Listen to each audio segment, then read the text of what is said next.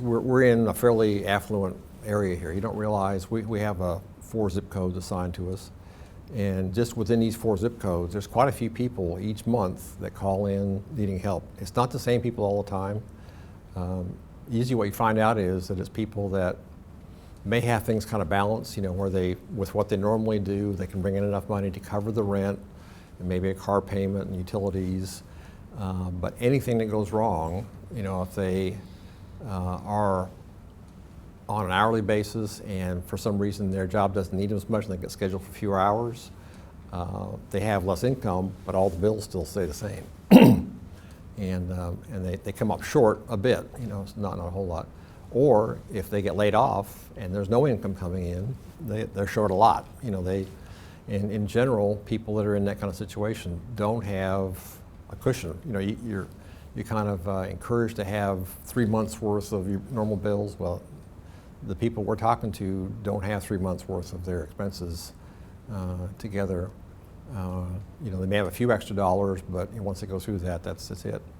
There's also people that do have that set up, but they may have more expensive apartments, better paying jobs, but if that job ends for some reason, like has happened here with the oil business, they go through for a while and they try to live off their savings, but at some point in time they hit a wall as well. So a lot of different backgrounds for people. It's not all the same situation, but just a whole variety of people that do come needing assistance.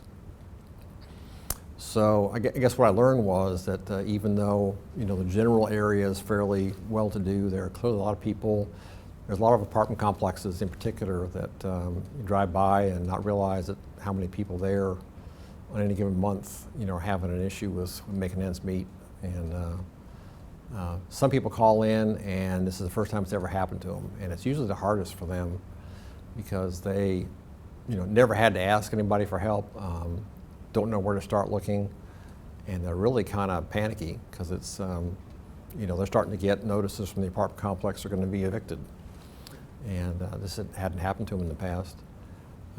Other people whose situation may be kind of tighter in the base case, it's happened before, and they kind of know how to handle a simple situation, but if they lose a job totally and they're totally out of money, they don't know how to come up with the full month's rent because they've only had to get a payday loan or something like that for the short term.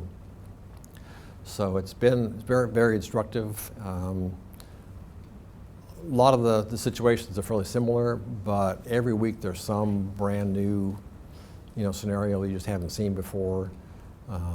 Somebody calling from the Women's Center, a battered wife that needs help getting an apartment. They've gotten out of the abusive situation, but now they need to get someplace separate.